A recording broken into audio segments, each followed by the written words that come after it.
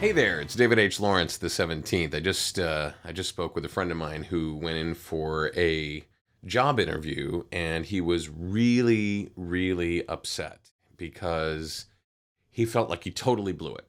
He felt like, even though, and this is important, even though they were saying things like, "Wow, that was really great," and "Are you interested in the job? What's your level of interest? Do you have an idea of what kind of compensation you're looking for? When can you start? When would you be available?" No, they weren't offering him the job. But clearly, what he came away with was, yeah, I was sitting there and like, I swear to God, I thought at one point the guy yawned and stretched and basically didn't want me in the room. And I'm like, "What do you know about this guy?" And he goes, "Oh, well, I mean, we have mutual friends I've known for a long time about this guy, and I've seen him around in the in the industry that he works in. This wasn't an actor. This was somebody in the consulting space, and we've kind of followed each other's careers. We knew each other, so it was kind of nice." And I said, "Okay, so what else do you know about him?" "Well, he got married a couple of years ago, and he just had kids." And I said, "He just had kids? When did he have kids?" And he said, "I don't know, they're less than a year old." And I'm like, "And you assumed that when he was yawning and stretched, that it was you and not his kids? Is it possible that might not be the case?" "Oh, right." And it was illustrative of the idea that when we're in front of someone and they're comfortable with us, right? They may have an RBF, and if you don't know what an RBF is, you can look it up. Resting bitch face. Anyway, they have this resting face that may not be saying what you think it is saying, right? I remember maybe 20 years ago when satellites were first big for feeding broadcast, I went to a comedy show where Harry Shearer was the headliner. And he had acquired all of these minutes before somebody went live as a talking head on a cable news channel. And they were sitting there doing things like this.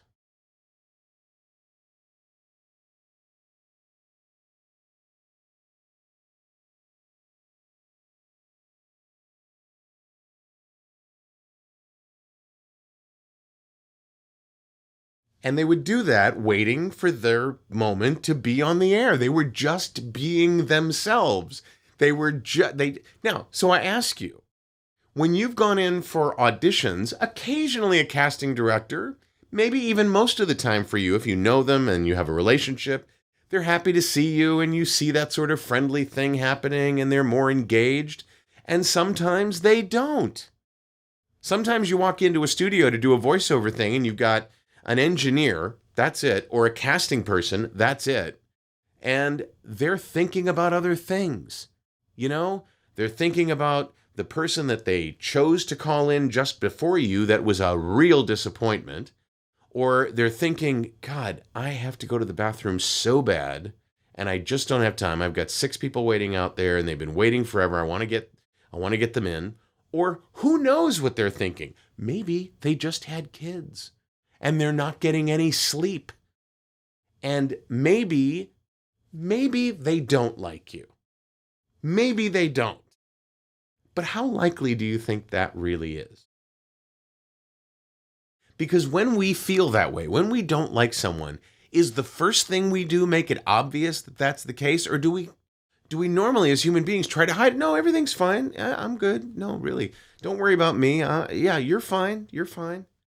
Because we don't want to be that guy or that girl that says, "Yeah, I don't like you. Okay, you're boring me to tears."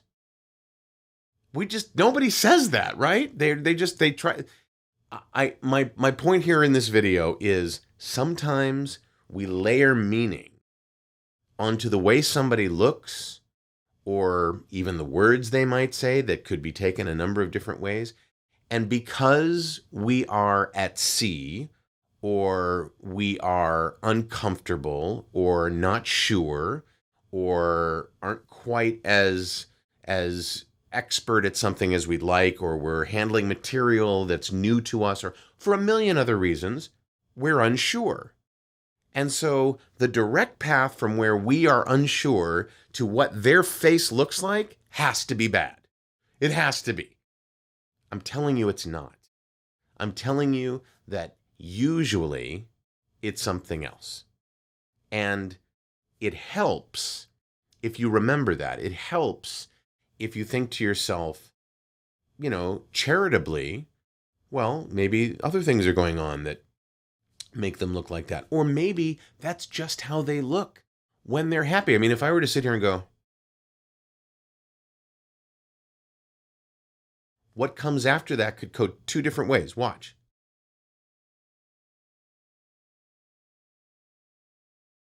When is this going to end? Or, yeah, no, I get that completely. I was just sitting here thinking just how powerful that actually is. Mm-hmm. Both from the same origins. So please know that as you begin your journey, or are in the middle of your journey, or are a seasoned professional about your journey as a performer, don't ascribe meaning to somebody else's resting bitch face that means something bad for you, because it's usually not the case. It's 99% not the case. I swear to you, it's not. I wish you could have seen this thing from Harry Shearer, because it wasn't just one person and then another person. The whole screen was filled with images of people waiting to go on live on network television or on cable news shows. And it was hysterical because people were just sitting there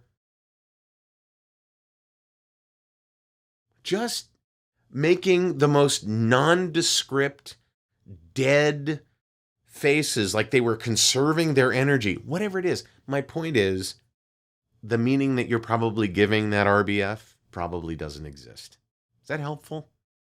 Is that something that maybe you worry about, how somebody feels about you, or what's on their face when you're talking to them, even when you're having a conversation with them, right? Um, I wonder. Let me know in the comments below. I'd love to know how this is hitting you, how this is landing for you. And if you'd like to join my list, I'd love to have you. Today, by the way, is the first day for registration for the new VO Heroes, curriculum for the new year. And if you go to voheroes.com/pro, you'll be able to see what that's all about. And we'd love to have you if you wanted to study with me. But I just wanted to share this whole resting bitch face thing. It just fascinates me that people that you can let that get to you, and I wanted to try to help. I hope I did. Anyway, I'm David H. Lawrence, the 17th. Thanks so much for watching. Talk to you tomorrow.